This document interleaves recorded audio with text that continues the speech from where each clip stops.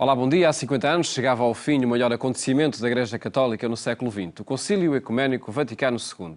Decorreu durante 3 anos e, passado 5 décadas, foram várias as iniciativas que recordaram e analisaram os documentos aprovados entre 1962 e 1965 para afirmar a atualidade dessas orientações para a Igreja Católica.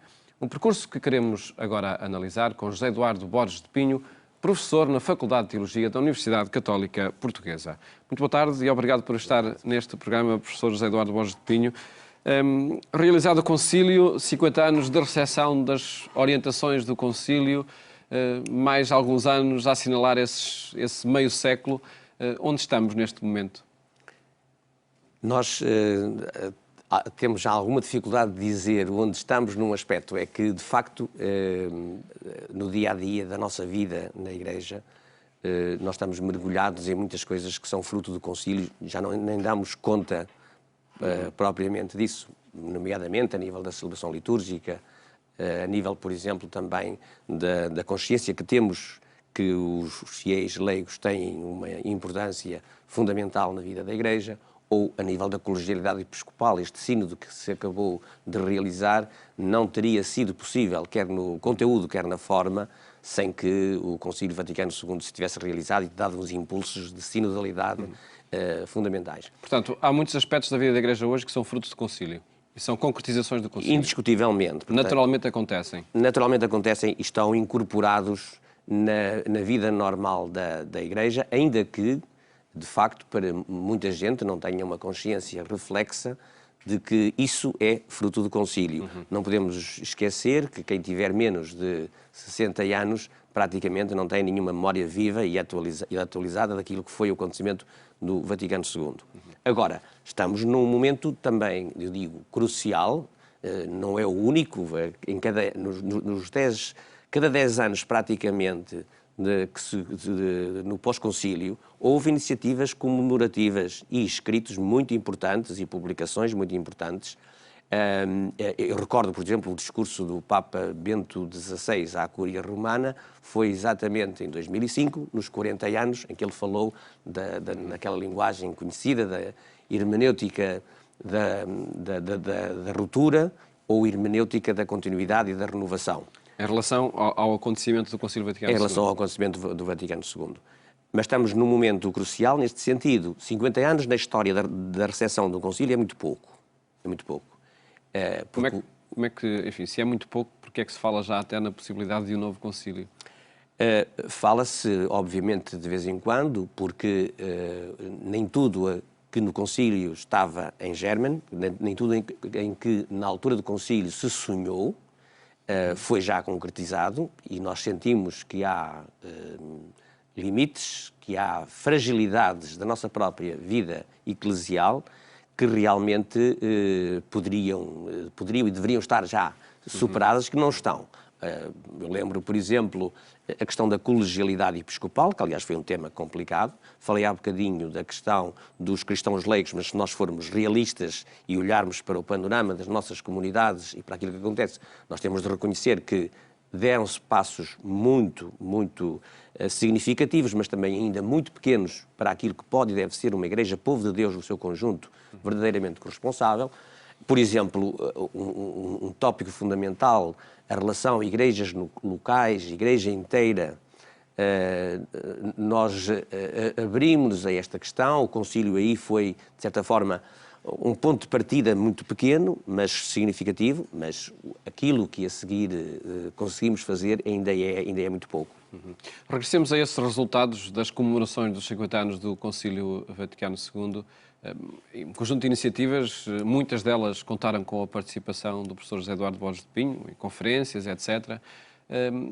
Permaneceu esse registro mais teórico, mais académico, no assinalar dos 50 anos do Concílio Vaticano II? De um modo geral, talvez sim, sobretudo nos últimos anos.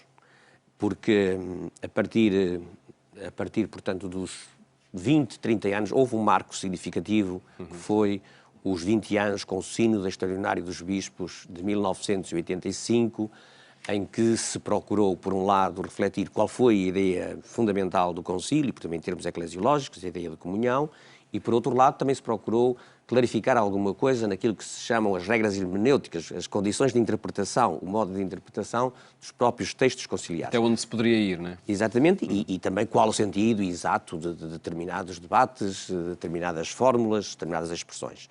A partir daí, houve um grande esforço no sentido de fazer uma análise histórica rigorosa e o mais ampla possível, também com a abertura da possibilidade dos arquivos, portanto, dadas pelos arquivos, o que se revelou de grande interesse. Eu tenho hoje a sensação, não sou historiador, tenho a sensação que 90% da história do Concílio está feita, e penso que podíamos quase dizer ainda mais. Agora, o problema é um problema, chamemos-lhe, portanto, fundamentalmente de acolhimento vivencial. Ou seja, o magistério diz-nos, e bem, não há nenhum Papa no pós-concílio que tenha minimamente questionado, digamos, pode ter questionado isto ou aquilo, mas não o concílio como tal. Era impensável, mas não só não questionaram, mas sobretudo sublinharam que é a bússola de orientação para a Igreja do nosso tempo. Há o acolhimento depois que decorre da própria força interior, criativa e de fidelidade que a Igreja, nos seus diversos membros, bispos, teólogos, fiéis nas suas diversas responsabilidades, têm de ter. Por exemplo, há 50 anos o Concílio abriu uma brecha fundamental, positiva, de diálogo com o mundo em vários aspectos, nomeadamente diálogo interreligioso, diálogo ecuménico. 50 anos depois, nós percorremos um caminho.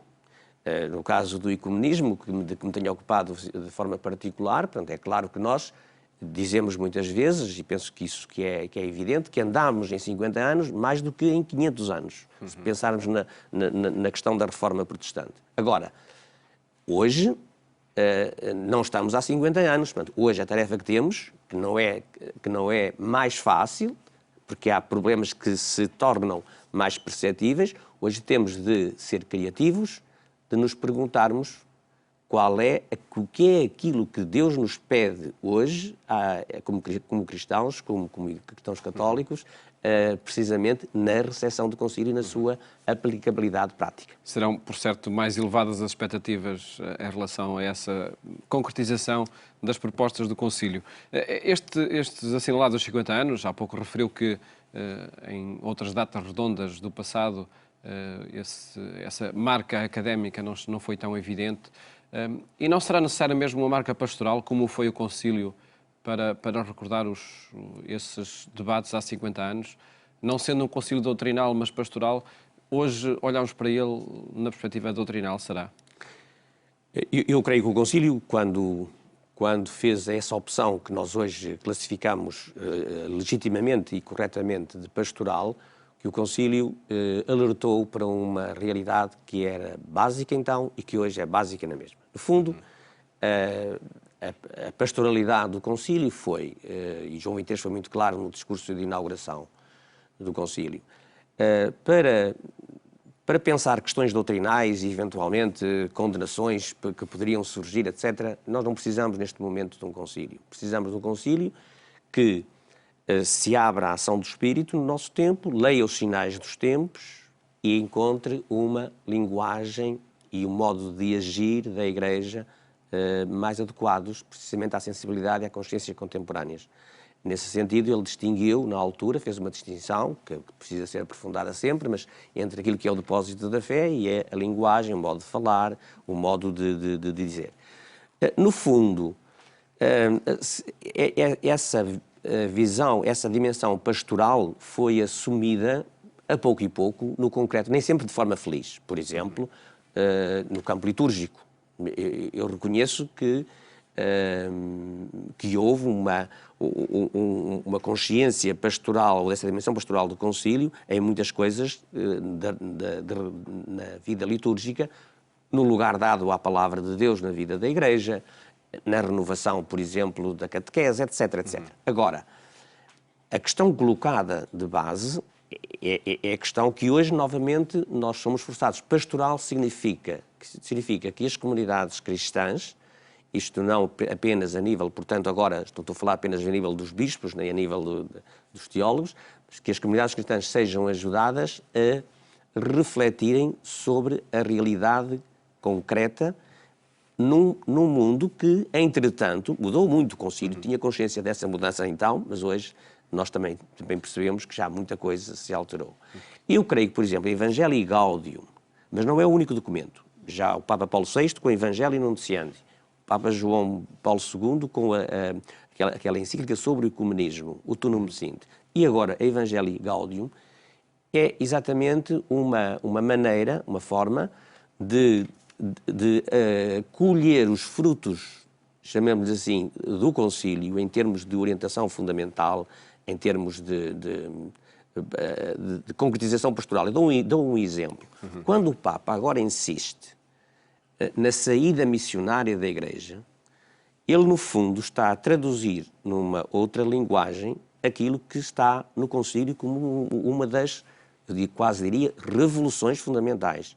O concílio, logo no início da Lumen Gentium, diz que a Igreja é em Cristo sacramento, isto é, sinal e instrumento da comunhão íntima com Deus e da unidade do género humano. Ou seja, coloca a Igreja não como uma fortaleza fechada em si mesma, mas uma Igreja que se dispõe, que se entende como serviço, como abertura, como sinal do amor misericordioso de Deus. O que hoje acontece nessa linguagem do Papa Francisco, no fundo, é dizer, o Concílio foi há 50 anos, mas trata-se hoje realmente de o atualizar, renovar e ir em frente. Nós já iremos falar de alguns aspectos, de algumas novidades que o Concílio trouxe para a Igreja Católica, nomeadamente a partir dessa palavra diálogo, que tanto marcou os documentos. Antes exploremos este tópico do Papa Francisco e o Concílio Vaticano II. Podemos dizer que, aparentemente, este Papa se refere menos ao Concílio e concretiza-o mais? Talvez tenha uma grande parte de verdade, sim. Porque nós não vemos, enfim, como noutros pontificados, constantes citações, constantes referências em homilias. Há uma linguagem nova neste pontificado, não é? Eu creio que o Papa Francisco, é a minha leitura, dá o Concílio Vaticano II como exatamente um ponto de partida, uma bússola de orientação, algo que a consciência eclesial substancialmente adquiriu. Ou seja, mesmo que haja muitas coisas que necessitam de ser desenvolvidas, praticadas, frutificadas, não há retorno possível. Portanto, dá isso como adquirido. E dá neste momento valor àquilo que as igrejas locais, através dos seus bispos, receberam desse concílio. Ou seja, quando o Papa cita uma conferência episcopal ou uma conferência latino-americana, do episcopado latino-americano, o Papa, no fundo, está a dizer que a recepção do concílio feita nesse contexto é de assumir como consciência universal da Igreja. Mas é sintomático não citar o concílio e citar uma conferência episcopal? Eu julgo que é sintomático exatamente num aspecto, além de outros. Primeiro no conteúdo, sem dúvida, mas mais noutro até, é dizer, como foi aquele gesto que ele fez de se colocar, antes de mais, como Bispo de Roma, que é, e fazer isso logo no seu momento inicial do seu ministério. Ele quer dizer, é preciso avançar, dar passos em frente, isto está, aliás, na Evangelii Gaudium expressamente,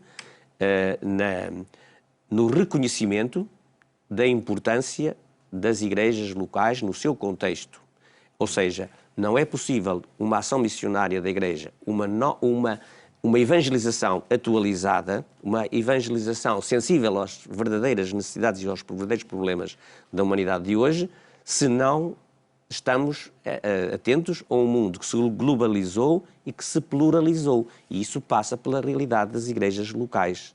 Portanto, nesse sentido, essa valorização das igrejas locais significa, por um lado, que o ministério petrino tem hoje de começar a ser exercido talvez de outro modo, em alguns aspectos, daí também todas as questões à volta da reforma da Cúria e do grupo de cardeais que tem feito alguma assessoria e reflexão nesta matéria. E estará nessa assessoria ou nesse exercício em conjunto do Ministério de Pedro que pode estar a novidade? Um elemento de novidade indiscutível é, sem dúvida, a percepção de que o Ministério de Pedro, sem uma mais efetiva colegialidade, não consegue cumprir a sua missão. E isso vem do Concílio. É um dos temas fulcrais, foi um dos temas de maior debate e foi ao longo destes 50 anos um tema que continua a ser debatido e que precisa ainda... O Papa Bento XVI pediu esse debate, não é? Exatamente, e sobretudo nós notamos que aquela célebre distinção que se tem feito entre colegialidade efetiva e colegialidade afetiva, distinguindo um bocadinho entre o nível universal e o nível local, que há aqui muita coisa a repensar e a corrigir. Para quem nos está a ver e ouvir, professor Borges de Pinho, quando falamos de colegialidade estamos a falar em quê? Nós estamos a falar, fundamentalmente, e no sentido estrito, da relação de comunhão dos bispos entre si com o Papa, bispo de Roma. E, portanto, mas essa colegialidade tem, digamos, várias formas de realização. A máxima é aquela que nós conhecemos precisamente no Concílio, enquanto plena expressão da colegialidade a todos os títulos. Mas a colegialidade exerce-se através, por exemplo, de um sínodo dos bispos, mas a colegialidade também se exerce a nível das conferências episcopais. Há aqui uma questão fundamental que nem sempre é devidamente tida em conta, que aquilo que nós dizemos da colegialidade a nível episcopal, no fundo, é algo que se refere ao ministério ordenado como tal. Portanto, tem mais peso e mais importância a nível do ministério episcopal, exatamente porque o episcopado tem uma função de magistério única. Mas os senhores padres precisam de perceber que na sua identidade presbiteral, faz parte da colegialidade. Ou seja, o Ministério Ordenado não é alguma coisa que se recebe para nós, mas é alguma coisa que se recebe, quem o recebe, porque eu sou leigo, não é, como sabe? Mas alguma coisa que alguém recebe para si, mas recebe numa dimensão comunitária, para o serviço da comunidade, e numa atitude e exigência colegial, e isto como elemento de identidade. Por certo que poderemos esperar, na sua opinião, para os próximos anos, uma maior relevância do papel das conferências episcopais, alterando um pouco esse modelo de presença da Igreja, que é a relação entre o bispo em cada diocese com o Papa. Poderá ser a relação de um conjunto de bispos num país com Roma? Eu julgo e isso trata-se de centralização? Tem o seu quê de descentralização, e essa palavra é utilizada exatamente pelo Papa Francisco. Eu creio que isso é absolutamente inevitável. É inevitável, digamos, por uma percepção eclesiológica. Portanto, nós não podemos dizer que a Igreja é comunhão e que os bispos vivem uma comunhão afetiva e não sermos capazes de, no caso concreto dos bispos que estou a referir, que essa comunhão não seja também efetiva num certo nível, concretamente a nível das conferências episcopais, etc. Depois, cada vez mais nós percebemos que se não caminharmos nesse sentido, nós teremos bispos, porventura, a disparar para aqui e para acolá considerações sobre isto, sobre aquilo, se calhar muito, muito interessantes, mas não são a expressão objetiva daquilo que é o pensamento eclesial num determinado contexto. E a experiência destes 50 anos mostra à evidência que, se não formos por aí, falhamos em aspectos graves. Olha, dou-lhe 2 ou 3 exemplos. Na questão dos ministérios laicais, os nossos bispos, em 1995, esperavam de Roma alguma orientação e falaram da possibilidade de ministérios laicais, para além dos 2 estritos instituídos, no sentido estrito, estou a falar de ministérios laicais instituídos, portanto, na sua plenitude. Só há o leitor e o acólito, a nível, e precisamente reservado a homens, e em ordem ao candidato, e destinados a candidatos ou sacerdócios. Mas podíamos falar na forma como, por exemplo, no nosso país se fez a restauração, ou se tem vindo a fazer, a restauração do diaconado permanente. Quer dizer, há aqui questões relacionadas com a formação, relacionadas com o tempo e o modo, relacionadas com o próprio serviço que o diaconado é chamado a desempenhar, relacionadas também com a identidade do próprio serviço diaconal. E nós aqui, penso que se pusermos a mão na consciência, todos sentimos que não temos andado muito bem. Portanto, há vários exemplos desses, e o último, já agora peço desculpa, mas de prolongar. Sim. Aqui há uns anos poucos, houve uma reflexão a nível pastoral, chamou-se, que depois resultou num documento, Repensar a Pastoral da Igreja em Portugal. eu peço desculpa, é a minha análise limitada e certamente criticável, mas eu considero que isso é um exemplo exatamente de como a colegialidade efetiva, a este nível, não funcionou e deveria funcionar. Ficaram no papel essas propostas? Eu julgo que não só ficaram no papel, como não tiveram a devida, digamos, o devido acolhimento e o suporte. Digamos, objetivamente nós temos de dizer, aquilo não chega para dar estímulo à vida pastoral das dioceses e das comunidades. Não chega. E foi muito pouco. E além de muito pouco, não foi assumido. Cada diocese permanece uma ilha. No modo geral, sim. Isso é evidente. O nosso tempo está a chegar ao fim, infelizmente. Ainda, enfim, agora no dia 8 de dezembro assinala-se então os 50 anos do encerramento do Concílio, com 16 documentos que publicou. No centro de todo este debate está a palavra diálogo e está aí uma mudança de paradigma da presença da Igreja em cada tempo. Sim, é um dos elementos-chave. Diálogo no acolhimento de Deus, antes de mais. Há um documento que é muitas vezes ignorado, que é a Dei Verbum, a construção dogmática sobre a revelação divina, que traz todo um conjunto de elementos fundamentais sobre o acolhimento da palavra de Deus, sobre o modo como a Igreja vive, etc. E depois, não há outra forma de anunciar o Evangelho senão numa atitude de diálogo, a não ser que nós queiramos regressar à Idade Média ou outros tempos, não é? Como infelizmente, noutros contextos, isso existe no nosso mundo. Mas eu queria só lembrar o número 92 da Gaudium et Spes, é um texto maravilhoso, é um númerozinho pequeno da Gaudium et Spes, Construção Pastoral da Igreja no Mundo deste Tempo, onde essa perspectiva de diálogo aos diversos níveis está excelentemente desenhada. E por certo, a esperarem que seja concretizado de forma plena. Professor José Eduardo Borges Pinho, muito obrigado por ter estado neste programa a recordar os 50 anos do Concílio Vaticano II, cujo encerramento assinalamos neste dia 8. Muito obrigado. Mais logo, siga o programa Eclésia também na Antena 1, quando forem 22h45. Votos de boa tarde. Até amanhã, se Deus quiser.